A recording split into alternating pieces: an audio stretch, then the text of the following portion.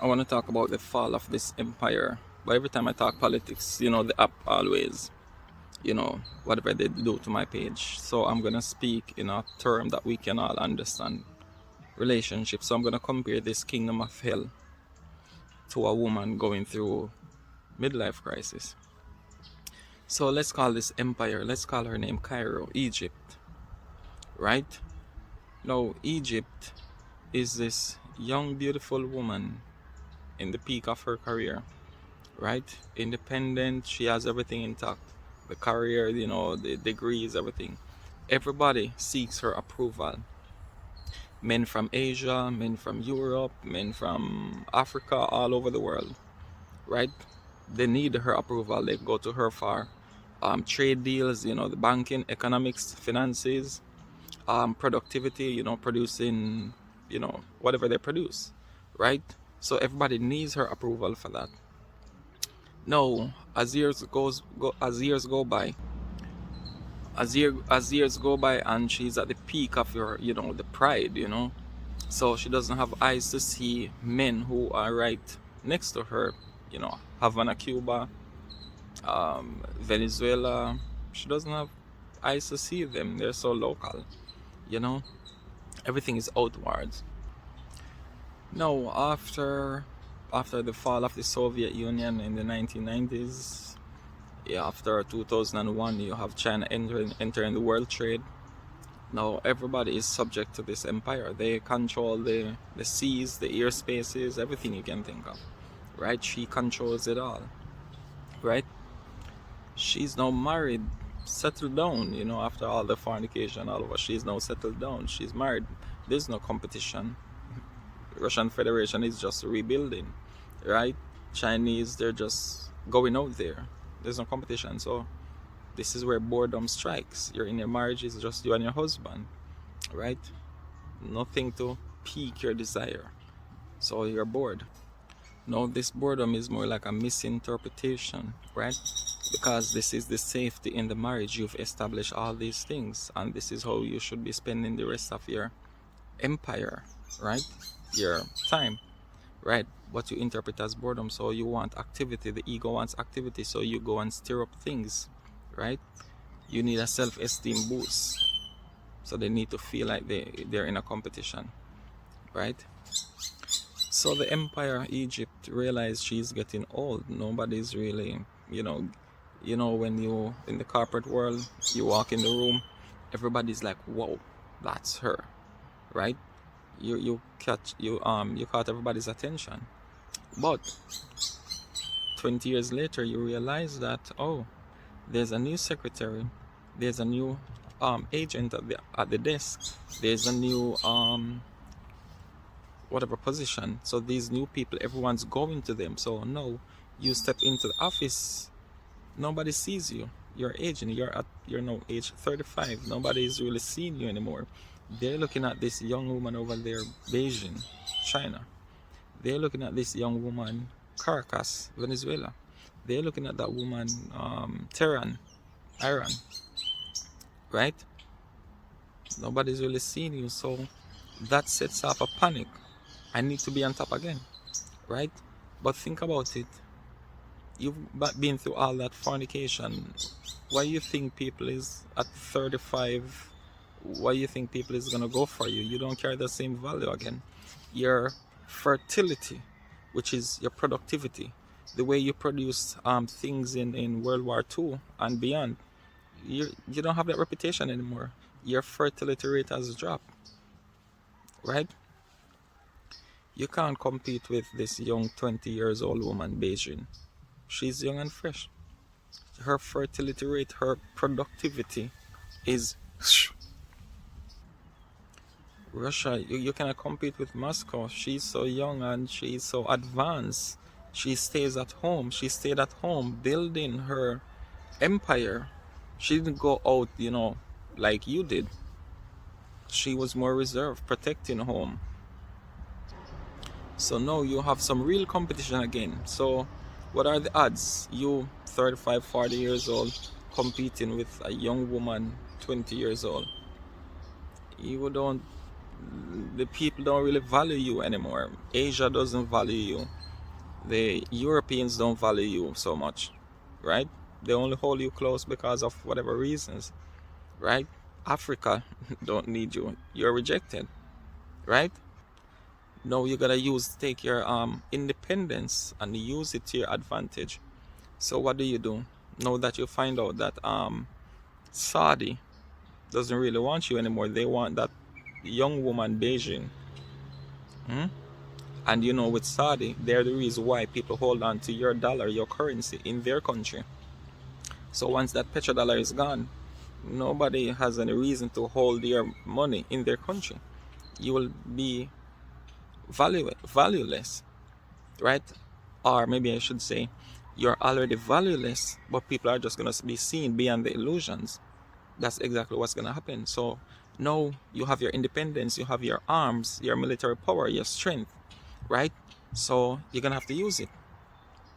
So what do? You're going to need oil. That's the first thing. So where could you go to get oil where you don't have to buy it at the market price? So this is where now a 40 years old woman go to a 25 years old man to do what? For a sense of empowerment, to get back up some power, so she can be boosted again, right? So you're now seeking out a man 15 years younger. So remember, back then you didn't see men like Venezuela, but now your age, no, right? So now you go to Venezuela, you take the oil, right? So you're gonna need the oil for your military and for your banking system and so forth. But there's something else that you need, and you cannot put this in the media because it's so important to you. So what else do you need from that 25 years old man?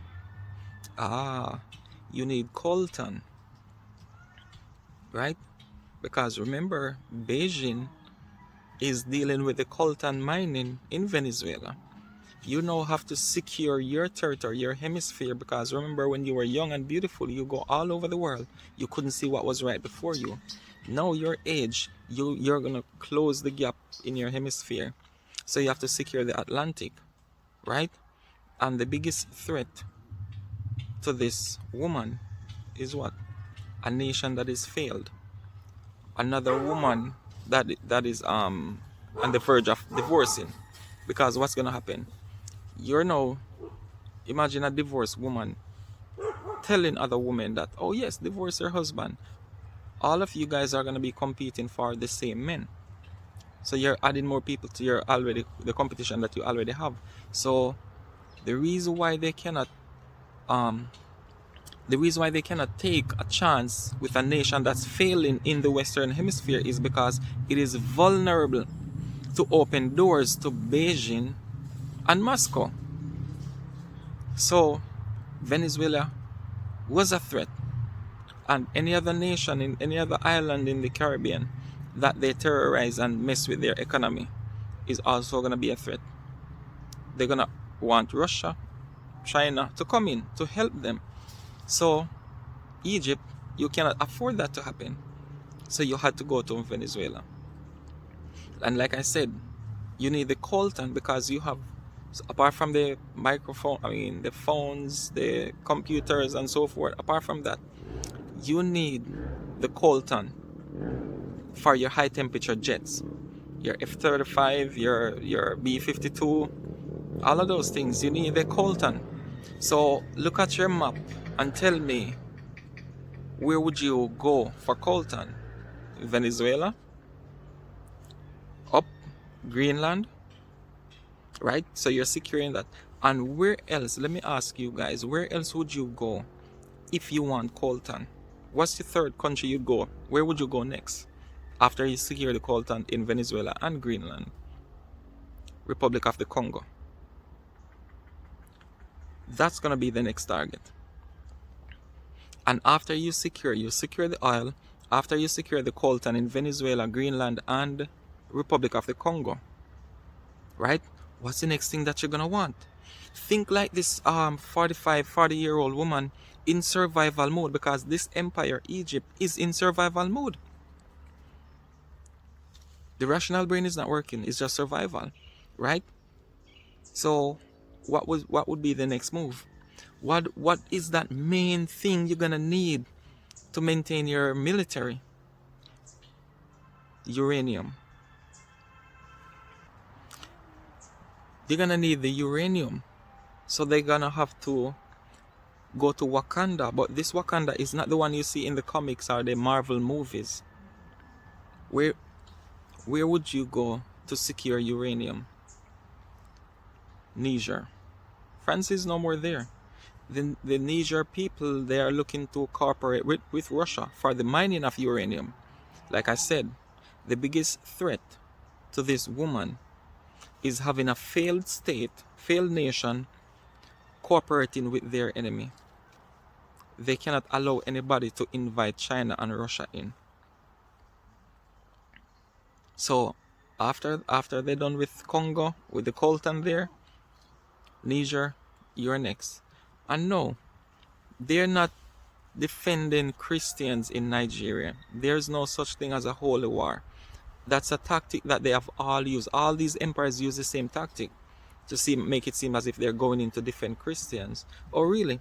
So the dark-skinned folks in Egypt today that are being po by the white cops, by the KKK, and all of these things in the streets of Egypt, aren't they Christians? So why aren't you protecting them? Oh no, you want to protect the Christians in Nigeria. Oh really? You're not getting the uranium. You're not getting it. Because this empire is in survival mode, she doesn't have a rational brain anymore. So you know what's gonna happen? All of her allies, she's gonna cause them to turn against her. Because no, everybody is seeing that they're vulnerable. Because you have a woman that's independent with a lot of money and has some form of power to move things. That's what this empire is. Crazy, about to lose everything, and need to hold on to it. So they're gonna exercise all the military force they can use, all the matter of independence they can use to get whatever they want to get, and it doesn't matter what they lose in the process. It's just like having a married woman having a desire for somebody else for that self-esteem boost. She doesn't matter if she's losing her husband, her marriage. She doesn't her children. It doesn't matter to her if it affects the children living the separate homes and stuff like that. She doesn't care. It's survival mode. This empire is in survival mode, and you guys need to realize it. Your cost of living is getting worse and worse every day. The savings you have in the bank, the figure might be the same, but the value is not. So let's say you had 100,000 in the bank account.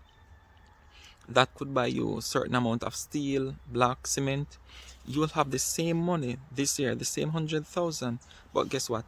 You can only buy steel and cement. You cannot buy blocks. The value is going down. The illusion is maintained. This is why you can't see. I hope the analogy helps a little bit.